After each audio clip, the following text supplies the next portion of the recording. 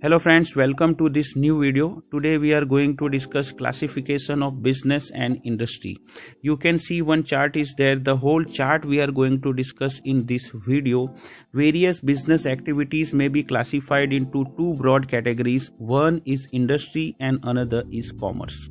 Industry is a concern with production and processing of goods and services, and commerce includes all those activities which are necessary for facilitating the exchange of goods and services. Alright, like this way this whole chart is divided. So let's take first industry side. Industry is economic activities which converts resources into useful goods. It includes activities related to producing or processing of goods as well as breeding and raising of animals.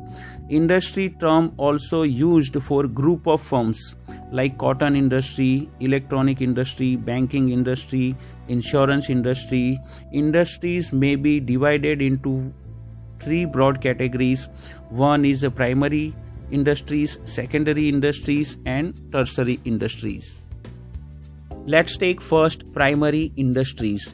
It includes extraction and production of natural resources and reproduction and development of living plants and animals. Primary industries are further divided into two categories. First is extractive industry and another is genetic industries. Let's take first extractive industries. These industries extract or draw products from natural resources. It includes farming, mining, hunting, fishing, lumbering, etc. Let's take second, genetic industries. These industries are engaged in breeding of plants and animals for their further reproduction.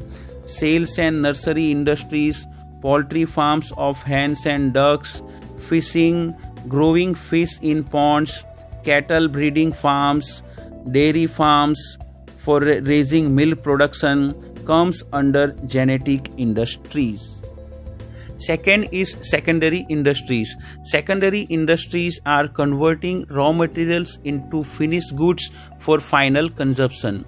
Raw materials are supplied by primary industries. Like mining of iron ore is primary industry, but manufacturing of steel from raw iron is secondary industry. There are other examples are also there, like we are making jewelry from gold, we are making notebooks and furniture from trees, we are getting mango pulp from mango, fruit juice from fruits are other examples. The secondary industry is further divided into two categories: manufacturing industries and construction industries. Let's take first manufacturing industries. These industries are relating to conversion of raw material or semi-finished goods into finished goods for final consumption. It also includes making producers' goods to be used, like machinery and tools used in manufacturing industries. Manufacturing industries are further divided into four categories: analytical industry, synthetical industry, processing industry and assembling industries. Let's take first analytical industries. These industries are analyzing and separating different elements from same material, like oil refineries. There from crude oil they are making petrol, diesel, kerosene, gasoline, lubricants and coke are extracted from crude oil. Second is synthetical industries. These industries combines various materials to make new product, like cement is manufactured with the help of limestone, gypsum and coal. Third is processing industries. In this industry, the raw materials are passes through various process to make single product, like sugar is made from sugarcane, paper and furniture is made from wood. Fourth is assembling industry.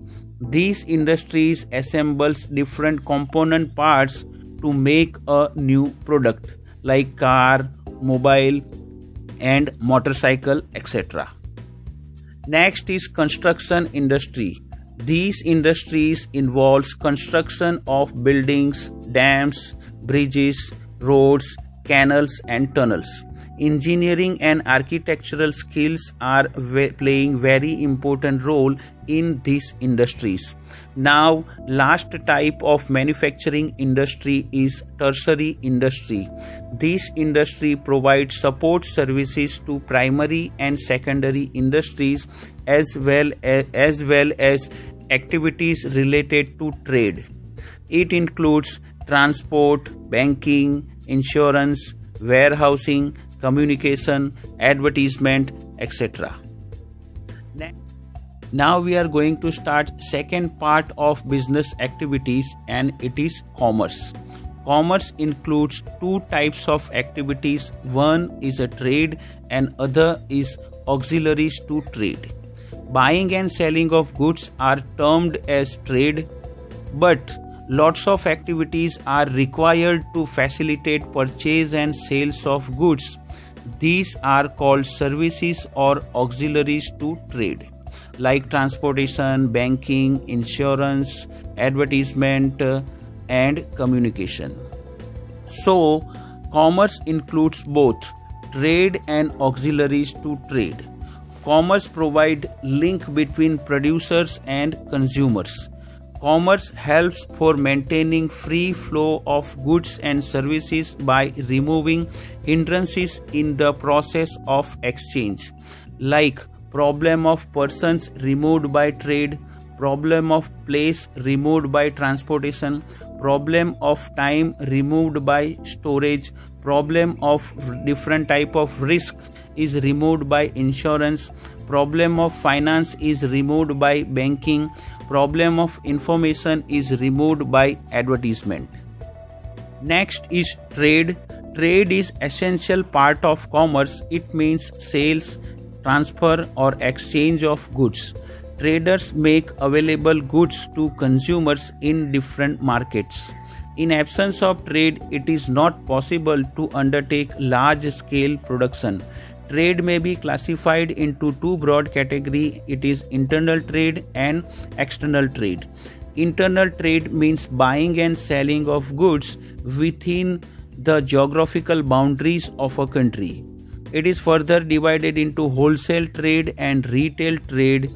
In wholesale trade, trade of goods are done on large quantities, and in retail trade, goods are purchased and sold in smaller quantity for final consumption. Next is external trade or foreign trade. Here, goods and services are exchanged between two or more countries. If goods are purchased from other country, it is called import trade. If goods are sold to other country, it is known as export trade. When goods are imported for export to other countries, it is known as interport trade. Now, second type of commerce is auxiliaries to trade. Activities which are meant for helping trade are known as auxiliaries to trade. These activities are generally known as services because these are facilitating trade and industries. These activities support the entire business activity. These activities also help in removing various hindrances, like transportation helps in removing problem of movement of goods. Banking is helping in providing finance. Insurance is covering various kind of business risk. Warehousing creates time utility by providing storage facility. Advertisement provide information to consumers. Now let's take first transport and communication. Goods are produced at particular place, but it is demanded all over the country. So transport facilitate movement of raw material to the place of production and the movement of finished goods from factory to the place of consumption. Like tea produced in Assam, cotton produced in Gujarat and Maharashtra, jute produced in West Bengal and Odisha, sugar produced in Uttar Pradesh, Bihar and Maharashtra. Now let's see communication. Communication facilitates exchange of information between producer, trader and consumer, like postal services, telephone services. Internet is also regarded as auxiliaries to trade.